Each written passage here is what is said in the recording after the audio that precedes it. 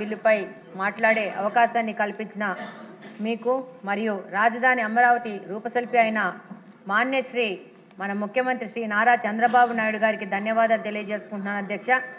2014వ సంవత్సరంలో ఉమ్మడి ఆంధ్రప్రదేశ్ ఏర్పడినప్పుడు రాజధాని లేని రాష్ట్రంగా ఏర్పడి అట్టి పరిస్థితిలో నూతనంగా ఏర్పడిన నవ్యాంధ్రప్రదేశ్కు రాజధానిగా అనేక అధ్యయనాలు చేసి మేధావుల సలహాలు తీసుకొని మన గౌరవ ముఖ్యమంత్రి గారు శ్రీ నారా చంద్రబాబు నాయుడు గారు ఆనాటి మన అసెంబ్లీలో ఆంధ్రప్రదేశ్ రాజధానిగా అమరావతిని ప్రతిపాదించినప్పుడు నాటి ప్రతిపక్ష నాయకుడు జగన్మోహన్ రెడ్డి గారు దానికి ఆమోదాన్ని తెలియజేశారు అధ్యక్ష.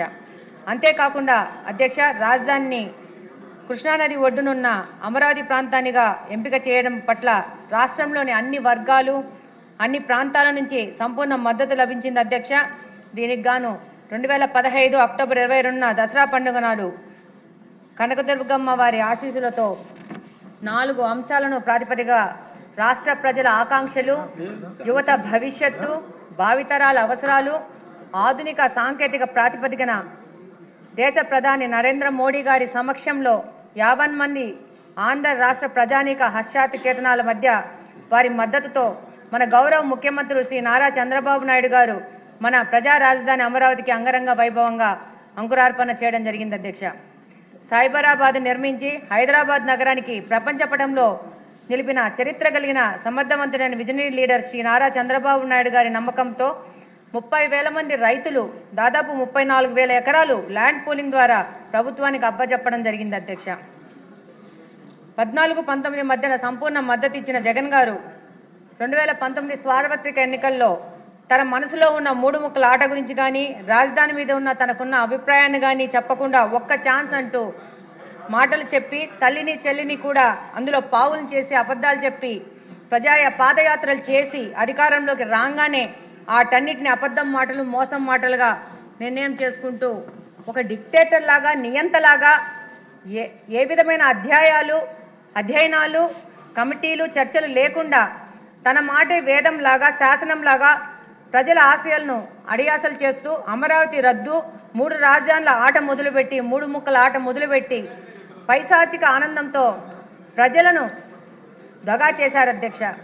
ఈ విషయాన్ని ప్రజలు చరిత్రలో మర్చిపోలేరు అధ్యక్ష. 30 ఏళ్ల వెనక్కి రాజధాని అభివృద్ధిని తోసేశారు అధ్యక్ష. ప్రజావేదికను కూల్చడం ద్వారా రాజధాని అమరావతి విధ్వంసం ద్వారా జగన్మోహన్ రెడ్డి గారి విధ్వంసాన్ని రాష్ట్ర ప్రజలు మర్చిపోలేరు అధ్యక్ష. ఇవన్నీ చూస్తే చరిత్రలో ఒక విషయం చెప్పుకోవాల్సి వస్తుంది అధ్యక్ష. మహమ్మద్ బిన్ తుగ్లక్ మనము పాఠ్యాంశాల్లో చదివింటాం అధ్యక్ష. దక్షిణ భారతదేశం మీద పట్టు సాధించడానికి రాజధాని ఢిల్లీ నుంచి దౌలతాబాద్కి మార్చి దీని ద్వారా ఎంతోమంది మేధావులు కవులు శిల్పుల్ని ఇబ్బందులు పెట్టి ఎంతోమంది ప్రాణాలు కూడా వదలడం జరిగింది అధ్యక్ష. ఆ రోజు అంత ఫలితం చేసి రాజధాని మార్చినా కూడా దక్షిణ భారతదేశంతో పట్టు నిలవలేదు, ఉత్తర భారతదేశంతో పట్టు కోల్పోయారు అధ్యక్ష. దీనివల్ల మళ్ళా 1335లో రాజధానిని ఢిల్లీకి మార్చినా కూడా ఆయన రాజ్య ప్రభ పోయింది అధ్యక్ష. అందుకే ఆయన్ని పిచ్చి తుగ్లక్ అంటారు అధ్యక్ష. కానీ ఇప్పుడు రాజరికాలు లేవు అధ్యక్ష. ప్రజాస్వామ్యం, ప్రభుత్వాలు ప్రజల ఆకాంక్షల్ని యువత యొక్క భవిష్యత్తుని వారికి ఆదాయ మార్గాలు వెలుగుతూ వాళ్ళకు ఉపాధి అవకాశాలు వెలుగుతూ పనిచేయాల్సిన అవసరం ఉంటుంది అధ్యక్ష. బటన్లు నొక్కితే సరిపోదు అధ్యక్ష. అభివృద్ధి, పరిశ్రమలు రావడము, వసతుల ఏర్పాటు ఇలాంటివన్నీ చేయాల్సిన అవసరం ఉంటుంది అధ్యక్ష. కానీ వైకాపా పార్టీ ఈ విధ్వంసంలో భాగమైంది అధ్యక్ష. భవిష్యత్తులో ఈ 5 సంవత్సరాలని ఎలా విధ్వంసం చేసి ఒక రాష్ట్రాన్ని నష్టపరుస్తారో పాఠ్యాంశంగా చేస్తారేమో అని అనుకుంటున్నాం అధ్యక్ష. 5 సంవత్సరాల అవకాశం ఇస్తే రాజధాని నాశనము చేశారు. రాయలసీమ ఉత్తరాంధ్రకు ఏమి చేయలేక రెండింటికి రెడ్డ చేవడిగా 151 స్థానాలు ఎంతో ఆశతో పెట్టుకొని ఇస్తే అందులో 5 తీసేసి 11 స్థానాలకు పరిమితమయ్యారు అధ్యక్ష. ఇది గతం అధ్యక్ష. ప్రజలు శాంతిపరులు, అవకాశం ఇస్తారు. సద్వినియోగం చేసుకుంటే మళ్ళా అవకాశం ఇస్తారు.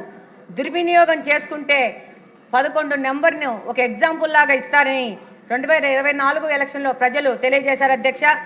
3 ముక్కల ఆట ఘనకార్యం ఏంటంటే ప్రజల సొమ్ముతో 500 కోట్లు ఉపయోగించి ఋషికొండకు గుండు గీసి ఒక ప్యాలెస్ కట్టుకుని తన కుటుంబ సభ్యులకి 3 భవనాలు కట్టుకున్న చరిత్ర అధ్యక్ష జగన్మోహన్ రెడ్డి గారిది.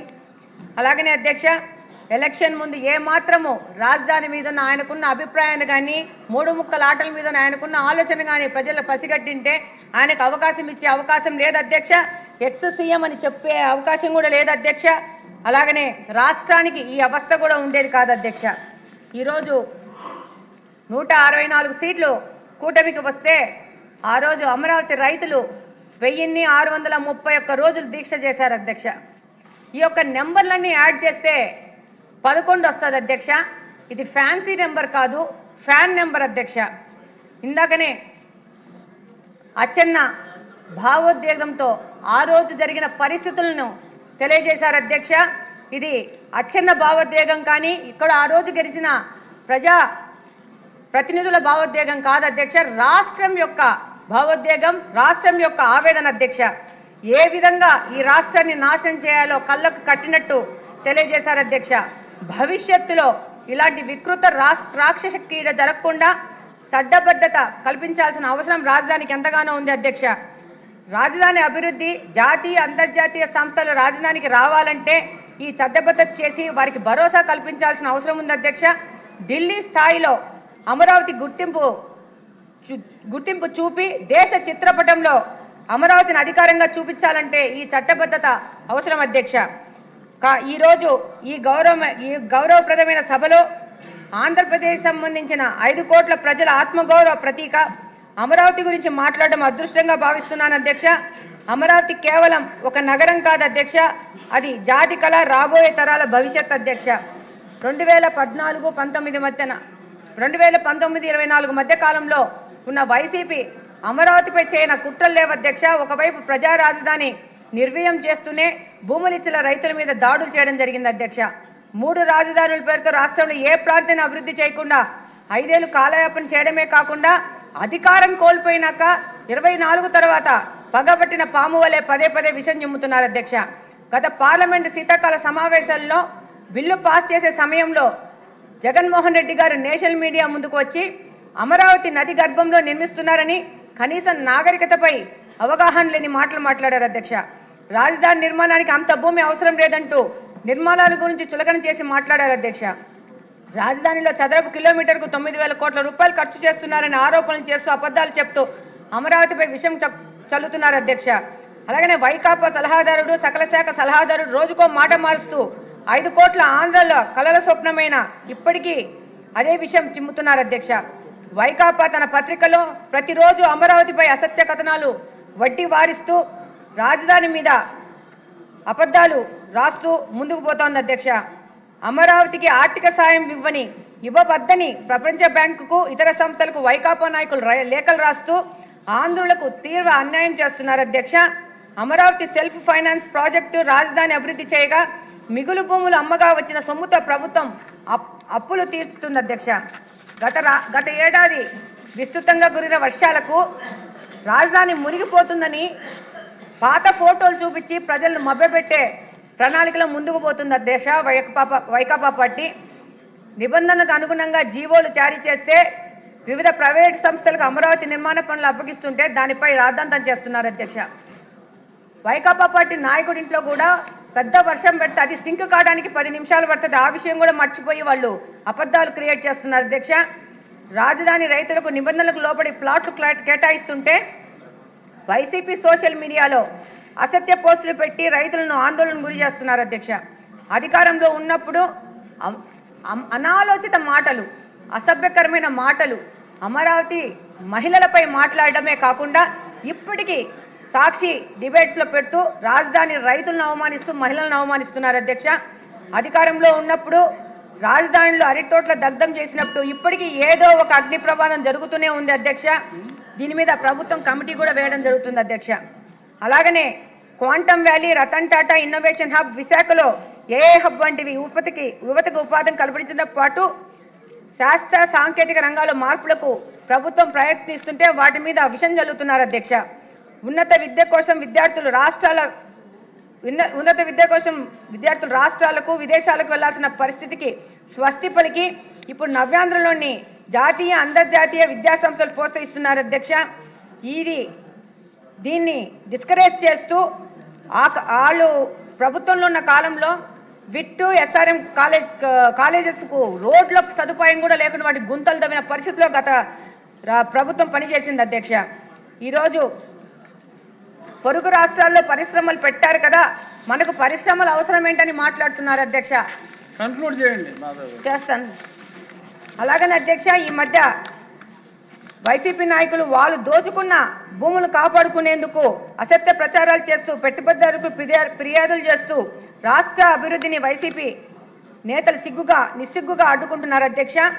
అలాగనే అన్ని అమరావతిలో జరుగుతున్న కట్టడాలని పేకమెడలే అంటున్నారు. వాళ్ళకి అసెంబ్లీ కానీ, సచివాలయం కానీ, హైకోర్టు కానీ, రాజ్భవన్ కానీ, డీజీపీ కార్యాలయం కానీ, సిఆర్డీఏ బిల్డింగ్ కానీ కనపట్టలేదని ఈ సందర్భంగా వాళ్ళని ప్రశ్నిస్తున్నాను అధ్యక్ష.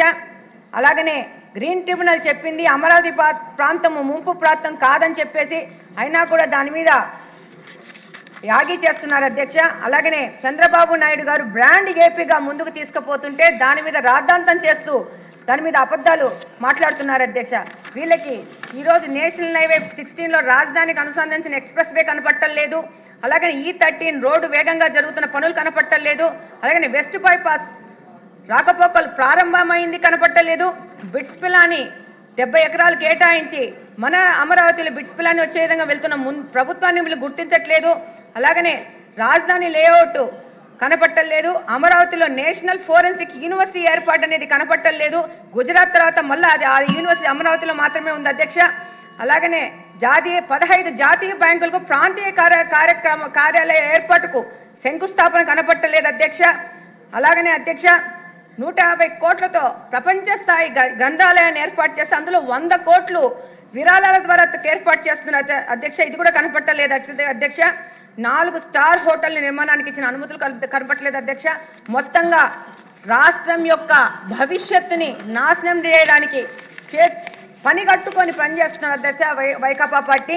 కాబట్టి ఇలాంటి చర్యలను మనము కట్టడి చేయాలంటే రాజధానికి ఒక తీర్మానం చేసుకొని చట్టబద్ధత క్రియేట్ చేసుకొని దేశ చరిత్రలో అమరావతిని మనం నిలపాల్సిన అవసరం ఉంది. కాబట్టి ఈ తీర్మానానికి నా మద్దతు తెలియజేసుకుంటున్నాను అధ్యక్ష.